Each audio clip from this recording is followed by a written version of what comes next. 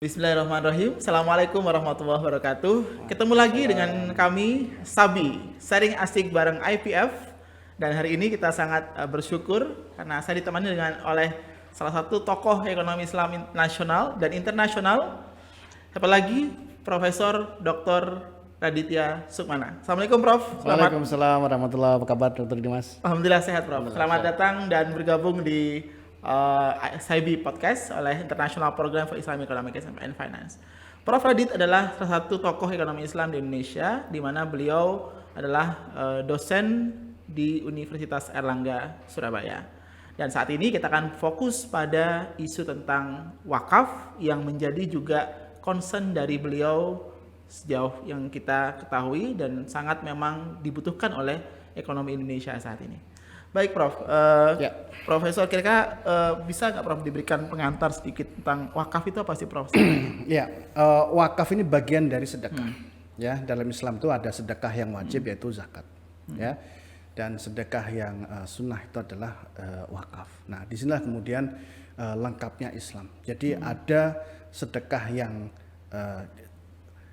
fakta bahwa zakat ini bagian dari rukun Islam itu menunjukkan bahwa Islam itu tidak hanya agama yang religi saja, tetapi juga agama yang juga concern terhadap masalah ekonomi.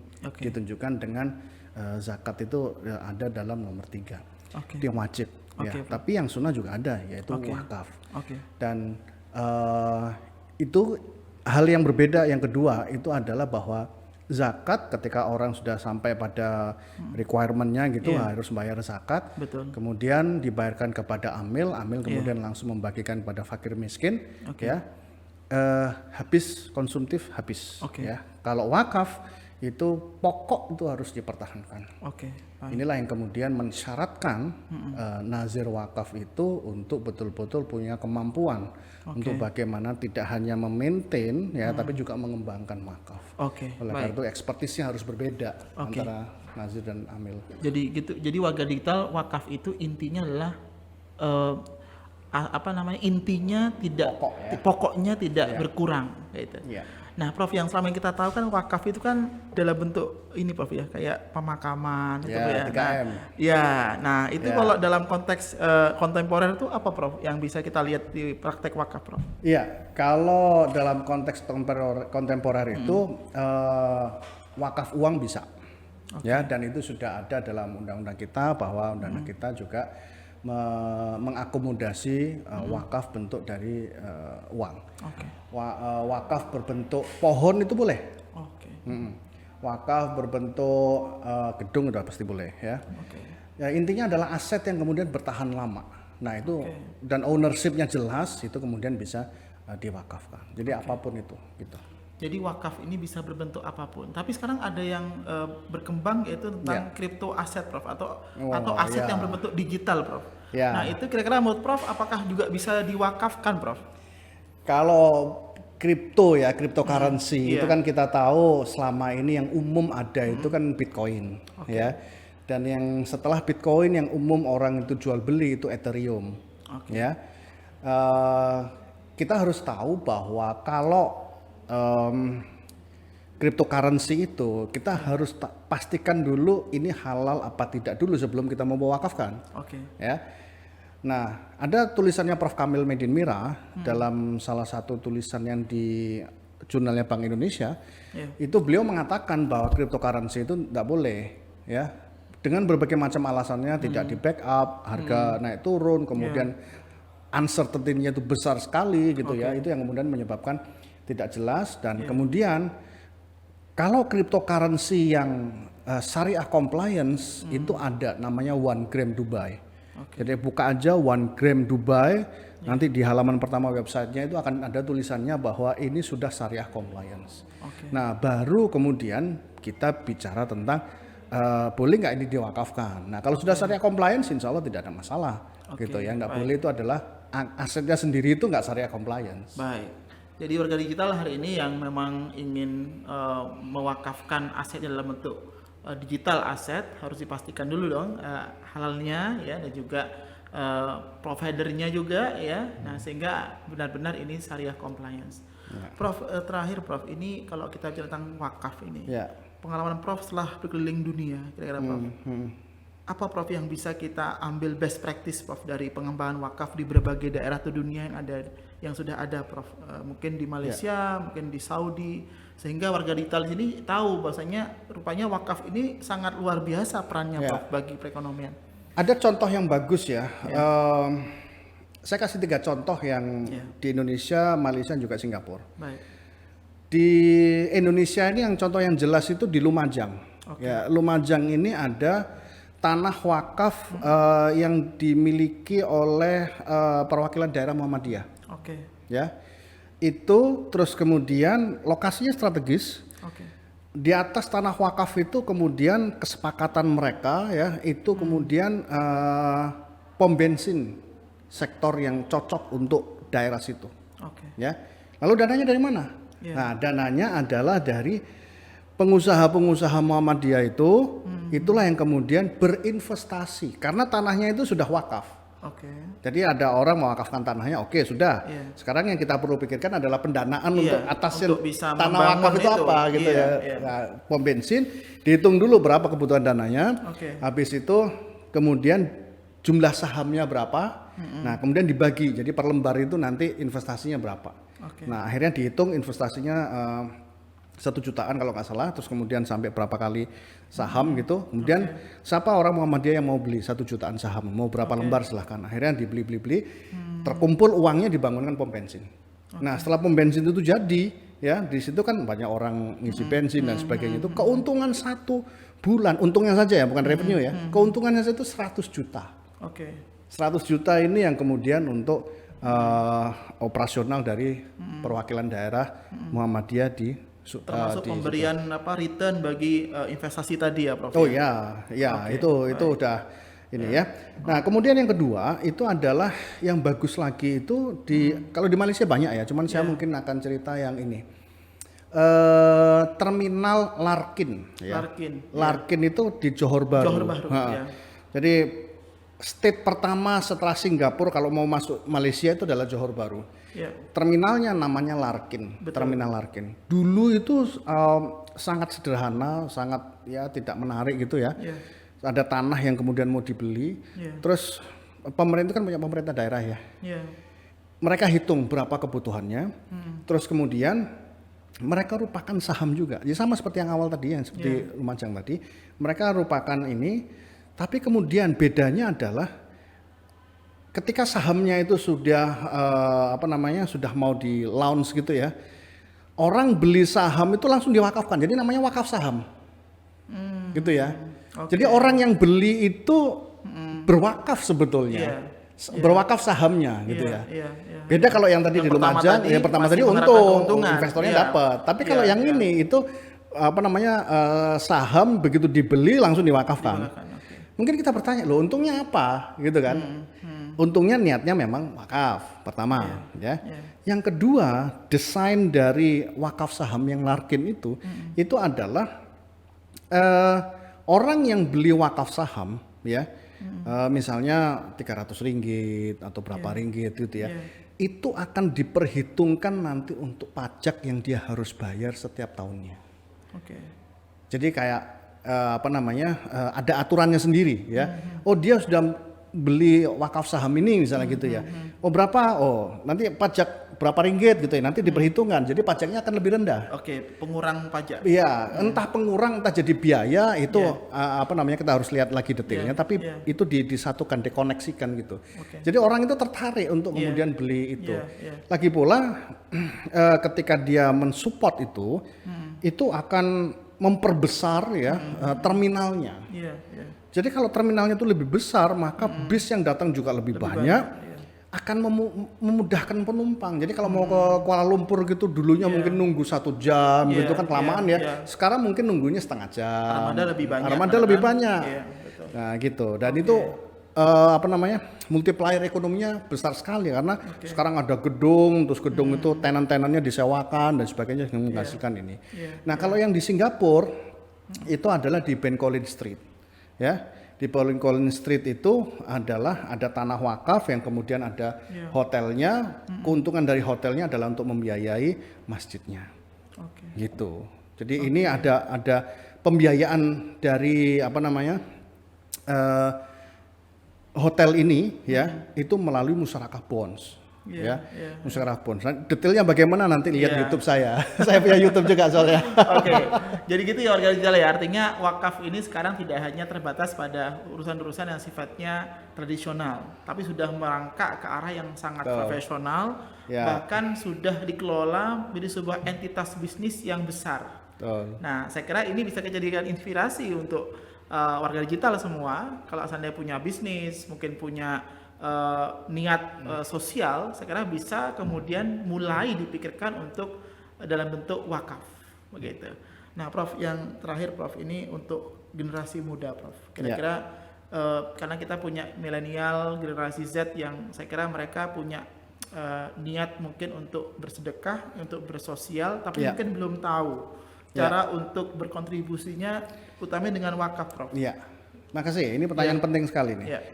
Gini, kita harus ingat bahwa wakaf ini membutuhkan disiplin ilmu itu yang sangat banyak, berbagai macam disiplin ilmu. Tidak hanya ekonomi syariah, tetapi juga dalam ekonomi syariah tentu ada marketing. Itu udah jelas bahwa mahasiswa itu harus punya ilmu tentang bagaimana menghimpun dana wakaf. Itu kan harus cari konsumennya seperti apa namanya, calonnya seperti apa, karakternya dan sebagainya itu supaya strateginya menyesuaikan dan bisa menghasilkan collection wakaf yang sangat banyak. Tapi tidak hanya itu, juga butuh apa? Butuh IT. Kenapa? Ya tentu untuk pencatatan, recording dan sebagainya itu membutuhkan IT yang sangat bagus. Juga law. Kalau kontrak gini misalnya tanah ini sudah settle secara dokumennya, secara law bagaimana. Kemudian perihal masalah psikologi itu penting juga. Ketika kita mau mempelajari psikologi seseorang untuk mengharapkan dia itu mau berwakaf, itu kan harus ada ilmunya dulu, dia karakter psikologisnya seperti apa, supaya kita approach-nya itu tepat. Sosiologi, suatu masyarakat yang tidak ngerti wakaf itu caranya bagaimana supaya kita bisa secara cepat dan efektif gitu, satu daerah bisa ngerti juga, itu kan masalah sosiologi. Banyak sekali yang kemudian bisa dikontribusikan oleh masyarakat yang muda-muda ini untuk mendukung wakaf. Kuncinya adalah bahwa sekarang pada saat-saat belajar ini fokuskan untuk betul-betul cari ilmu jangan cari IPK bagus Kalau cari ilmu IPK bagus sudah pasti. Karena ilmu nanti akan betul-betul digunakan untuk misalnya jadi manajemen treasury misalnya. Manajemen treasury ini penting untuk wakaf. Dia menerima 10 juta wakaf ini mau diberikan kemana saja supaya resikonya paling rendah. Itu ilmu treasury. Ilmu manajemen keuangan, mahasiswa harus belajar di situ. Kalau perlu cari sertifikat-sertifikat yang untuk menguasai itu. Baik. Gitu kira-kira. Jadi kuncinya teman sekalian, generasi muda ini bukan berarti harus dalam bentuk aset tapi dalam bentuk ilmu pengetahuan, kolaborasi, interdisiplin kolaborasi. Nah, tadi Prof. Radit menekankan pada aspek mahasiswa, khususnya generasi muda, kalau bisa harus banyak untuk menelaah ilmuannya secara lebih mendalam, dan pada akhirnya berkolaborasi dengan teman-teman yang memiliki kesamaan ide, pandangan, dan kemudian membangun sebuah entitas yang memang berlandaskan tentang wakaf ini gitu. Nah, ini sekarang sesuatu yang menarik untuk coba kita diskusikan ini, Prof. Nah, satu lagi mungkin. Ini tidak untuk mahasiswa tapi untuk para dosen. Bagaimana kemudian para dosen itu bisa dalam kurikulumnya itu kemudian mendukung perwakafan. Misalnya di sini ada FEB, FEB-nya ada mata kuliah marketing syariah, 14 kali pertemuan, Bisa nggak dalam 14 kali pertemuan ataupun misalnya dibuat assignment, yaitu setelah teori misalnya 7 kali pertemuan, teori marketing itu dia dapat, sekarang buktikan secara realitas. Kasih kesempatan mahasiswa itu menggunakan strategi marketingnya untuk menghimpun dana wakaf. Nanti yang didapat beneran itu nanti masuk kepada wakafnya Muhammadiyah. Dan itu bagian dari penilaian. Jadi penilaiannya adalah kalau kamu nggak sampai 20 juta dana wakafmu, kamu nggak dapat A, misalnya gitu. Wah, itu keren. Berarti menarik ini. Jadi ada project based learning Iya. Jadi Jadi mahasiswa saya kira ini bisa kita terapkan ya teman-teman di Iya. semester depan. Nanti mahasiswa ketika di pertemuan kedua setelah mid semester mereka wajib ada kerja lapangan, kemudian mereka wajib mengumpulkan nanti Berapa berapa juta, rupiah gitu kan, nanti kalau semakin tinggi nilai semakin tinggi gitu ya. Bisa juga misalnya gini, sekarang kan masalahnya kendalanya tuh banyak di tanah wakaf yang nganggur. Nah, pertanyaan pertama, sudahkah ada studi kelayakan untuk tanah wakaf nganggur itu? Saya yakin belum. Di sini kan ada mata kuliah studi kelayakan. Kenapa nggak mahasiswa tersebut ya? Itu semuanya ya, kita tentu harus punya database tanah wakaf dulu ya. Diarahkan ke sana. Diarahkan untuk betul-betul studi kelayakannya itu ke tanah wakaf. Jadi satu tanah wakaf itu bisa 5 mahasiswa. Misalnya satu tanah wakaf ada 5 mahasiswa, satu mahasiswa ini kamu coba lihat ini kalau dibangun warung nasi biryani cocok apa enggak. Yang kedua, kalau dibangun misalnya supermarket cocok apa enggak. Yang ketiga, kalau dibangun ini gedung disewakan cocok apa tidak. Dia hitung NPV-nya, kapan baliknya, kebutuhan dananya, itu mahasiswa yang harus melakukan. Nah, nanti satu tanah wakaf ada 5 proposal, kasihkan kepada majelis wakaf harta bendaan itu, biarkan mereka yang memilih mau bisnis apa, atau majelis ekonomi, silakan. Nah, itu kan luar biasa. Betul. Ini konkret ya. Iya. Yang Prof. Radit berikan ini konkret. Kemudian memang sangat-sangat aplikatif dan ini menunjukkan memang kita punya sebuah peran yang real gitu. Untuk khususnya untuk UMY, umumnya untuk Muhammadiyah, khususnya bagi mahasiswa UMY ya. Oke Prof, ini terakhir Prof dari Prof. Radit. Ini terus terang diskusinya kalau dilanjutkan banyak lama ini. Prof, kira-kira apa Prof ke depan yang perlu mungkin tidak hanya mahasiswa, kita semua harus siapkan sehingga dunia wakaf ini semakin masif khususnya di Indonesia Prof. Iya, Indonesia ini jelas potensinya besar. Ya. Tapi potensi itu akan tetap jadi potensi kalau kita diam saja. Maka kita harus bergerak. Ya. Masih banyak peluang untuk mengembangkan wakaf. Ya. Maka saran saya kalau yang teman-teman ada di Muhammadiyah itu wakaf Muhammadiyah dulu dikuatkan. Governance-nya, tata kelolanya. Ya, tata kelolanya itu dikuatkan. Misalnya kan kalau dalam wakaf itu kan ada misalnya divisi law, legal ya. Itu harus diisi sama mungkin dosen-dosen yang dari Fakultas Hukum atau dosen-dosen syariah. Ya. Kemudian bagian manajemen ya, penghimpunan dana itu carilah yang dosen-dosen marketing atau dibantu asisten mahasiswa juga boleh. Kemudian distribusi mungkin bagian ekonomi untuk fakir miskin, economic development dan sebagainya itu. Nah, saya membahasakan itu adalah kapitalisasi aset untuk mendukung wakaf di Muhammadiyah itu. Jadi kita mulai dari lingkup yang kecil untuk kemudian menjadi besar. Baik, itu mungkin. Baik, warga digital ya, kita sangat singkat sekali, tapi banyak sekali informasi penting yang kita dapat dari Profesor Radit tentang wakaf yang memang berkembang sangat pesat saat ini, di mana kita simpulkan wakaf ini pokoknya tidak boleh berkurang, tapi hasilnya harus berkembang. Dan ini perlu kerja-kerja kolaborasi lintas keilmuan, baik dosen maupun mahasiswa, yang itu harus terarah, terstruktur, dan terorganisir dengan profesional. Nah, sehingga wakaf ini walaupun dia sosial, tapi dia juga profesional. Karena pada akhirnya kita ingin bagaimana wakaf ini berimpact, tidak hanya dalam skop kecil, tapi dalam skop yang lebih besar. Baik itu dalam skop nasional, syukur-syukur internasional. Prof, terima kasih Prof atas kehadirannya. Sungguh kita semua berbahagia dan bersyukur ya, Prof Radit ini sudah hampir 10 tahun tidak silaturahim ke UMY, dan alhamdulillah beliau ada waktu dan alhamdulillah bisa kita diskusi tentang wakaf, dan semoga Prof ke depan bisa ada diskusi kembali ya Prof. Amin, ya, insyaallah. Baik, kalau begitu sekian dari kami warga digital untuk Sabi edisi kita kali ini. Insyaallah terus simak dan ikuti di Sabi berikutnya. Wassalamualaikum warahmatullahi wabarakatuh. Waalaikumsalam warahmatullahi wabarakatuh.